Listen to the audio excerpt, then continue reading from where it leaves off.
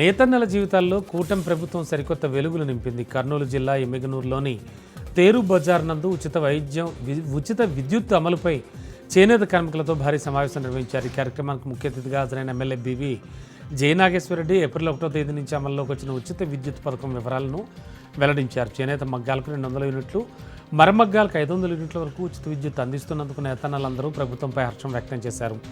ఈ పథకం కోసం ప్రభుత్వం ఏటా 150 కోట్ల అదనపు భారాన్ని భరించేందుకు సిద్ధంగా ఉందని ఎమ్మెల్యే సందర్భంగా పేర్కొన్నారు. నేతన్నల సంక్షేమ ధ్యేయంగా ప్రభుత్వం పనిచేస్తుందని ఆయన హామీ ఇచ్చారు.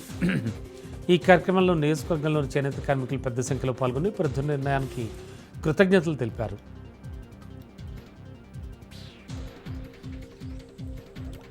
పల్నాడు జిల్లా సత్తెనపల్లిలో ఎండల తీవ్రతను దృష్టిలో ఉంచుకుని ప్రజల దాహార్తిని తీర్చేందుకు మంచినీటి చలివేంద్రాలు ప్రారంభించారు. సత్తెనపల్లి మున్సిపల్ కార్యాలయం ఆధ్వర్యంలో ఏర్పాటు చేసిన ఈ కేంద్రాలను స్థానిక ఎమ్మెల్యే కన్నా లక్ష్మీనారాయణ ప్రారంభించారు. ప్రజలకు స్వయంగా మజ్జిగ పంపిణీ చేశారు. వేసవి తాపం దృష్ట్యా దూర ప్రాంతాల నుంచి పట్టణానికి వచ్చే ప్రజలు బాటసార్ల సౌకర్యార్థం చలివేంద్రాలను ఏర్పాటు చేసినట్లు కన్నా తెలిపారు. పట్టణంలో ఎక్కడ మంచినీటి సమస్య లేకుండా చర్యలు తీసుకుంటున్నామని, ప్రజలంతా వీటిని సద్వినియోగం చేసుకోవాలని కోరారు.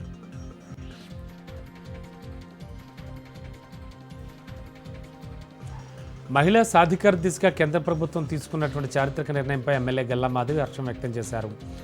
మహిళలకు చట్టసభల్లో 33% రిజర్వేషన్లు కల్పించేందుకు కేంద్ర ప్రభుత్వం ప్రత్యేక చట్టం తీసుకురాబోతోందని గల్లా మాధవ్ వెల్లడించారు.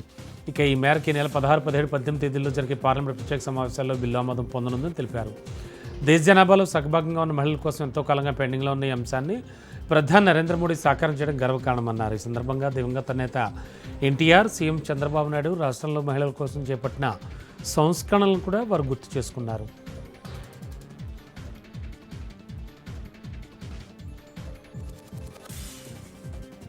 తూర్పుగోదావరి జిల్లా రాజమండ్రిలో దళిత డ్రైవర్ వీధి సుబ్రహ్మణ్యం హత్య కేసు విచారణ కీలక దశకు చేరుకుంది. కేసులో ప్రధాన నిందితుడు A1 వైసీపీ ఎమ్మెల్సీ అనంతబాబుతో పాటు నిందితురాలుగా ఉన్న ఆయన భార్య లక్ష్మీదుర్గ జిల్లా కోర్టుకు హాజరయ్యారు. చాలా కాలంగా కొనసాగుతున్న ఈ కేసులో ఈరోజు న్యాయస్థానం ఇరుపక్షాల వాద ప్రతివాదనలు విననుంది. గతంలో తీవ్ర రాజకీయ దుమారం రేపిన ఈ హత్య కేసులో కోర్టు తీర్పు ఎలా ఉండబోతోందనేది సర్వత్రా ఆసక్తికరమైంది. కోర్టు ప్రాంగణం వద్ద పోలీసులు భారీ భద్రత ఏర్పాటు చేశారు.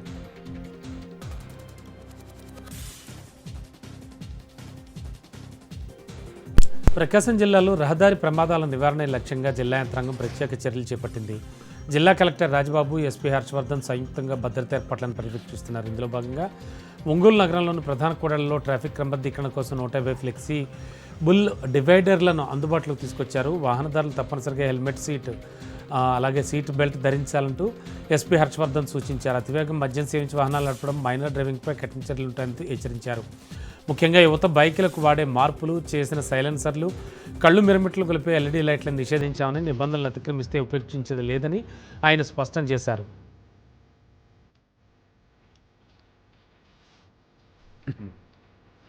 నిజామాబాద్ జిల్లా నందిపేటలో ఓ ఇంటర్ విద్యార్థి అదృశ్యం కలకలం రేపుతోంది. డొంకేశ్వర మండలానికి చెందిన అరవింద్ రెడ్డి అనే విద్యార్థి ఇంటర్ ఫలితాల్లో 4 సబ్జెక్టులు తప్పడంతో మనస్తాపానికి గురై కనిపించకుండా పోయాడు.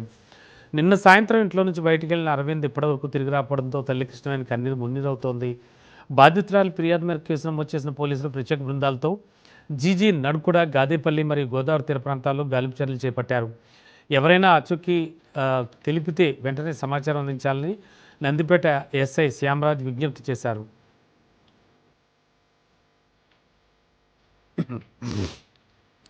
పార్వతీపురం మన్యం జిల్లా సీతానగరం మండలంలో ఇసుక మాఫియా రెచ్చిపోతోంది. బూర్జీ వద్ద సువర్ణముఖి నదిలో ఎలాంటి అనుమతులు లేకుండా ఇసుక తవ్వకాలు జోరుగా సాగుతున్నాయి. నిబంధనలు బేఖాతరు చేస్తూ ట్రాక్టర్ల ద్వారా పెద్ద ఎత్తున ఇసుకను తరలిస్తున్నట్లు స్థానికులు ఆరోపిస్తున్నారు. నదీ గర్భాన్ని తోడేస్తున్నా అధికారులు చూసి చూడనట్లు వ్యవహరిస్తున్నారని ప్రజలు మండిపడుతున్నారు.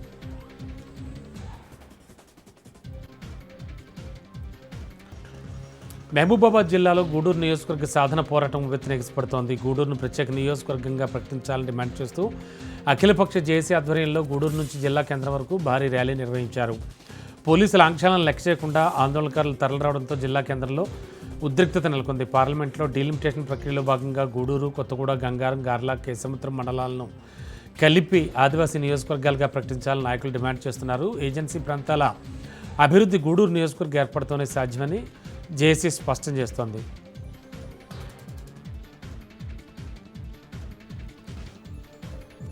విశాఖలో ఆటోమొబైల్ కార్మికులు నిరసనలు విప్పారు. తమకు కేటాయించిన 157 ఎకరాల భూమిలో తక్షణం ఆటో నగర్ నిర్మించాలని డిమాండ్ చేస్తూ సిఐటియు ఆధ్వర్యంలో భారీ ధర్నా నిర్వహించారు. అనంతపురం మండలం కణుమాం గ్రామం వద్ద ఆటో నగర్ ఏర్పాటు చేయాలని, గతంలో ఇచ్చిన జీవోను అమలు చేయాలని కార్మికులు విజ్ఞప్తి చేశారు.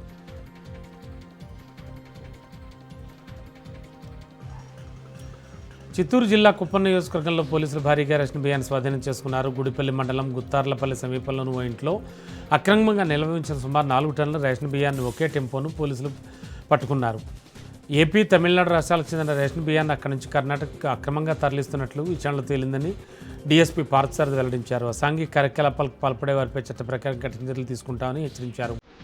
ఎక్కడైనా ఇలాంటి అక్రమాలు జరుగుతున్న వెంటనే పోలీసులకు సమాచారం అందించి సహకరించాలని ఆయన ప్రజలను కోరారు.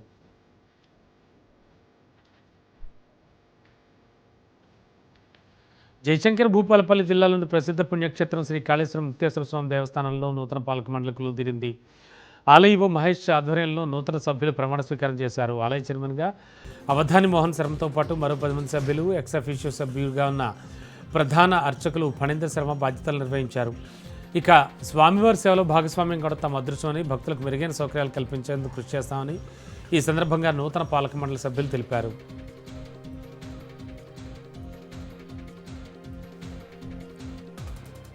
జనగామ జిల్లా స్టేషన్ గన్పూర్ సమీపంలో రైలు ప్రయాణికులు ఒక్కసారిగా భయాందోళనకు గురయ్యారు.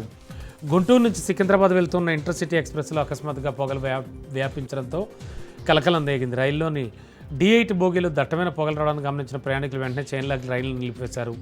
సమాచారం అందుకున్న రైల్వే సిబ్బంది వెంటనే తనిఖీలు చేపట్టారు. అయితే బ్రేక్ పట్టుకోవడం వల్ల ఈ ఘర్షణ జరిగి పొగలు వచ్చాయని, ఎలాంటి ప్రమాదం లేదని సిబ్బంది స్పష్టం చేయడంతో ప్రయాణికులు ఊపిరి పీల్చుకున్నారు. ఈ ఘటనతో రైలు సుమారు 15 నిమిషాల పాటు అక్కడే నిలిచిపోయింది.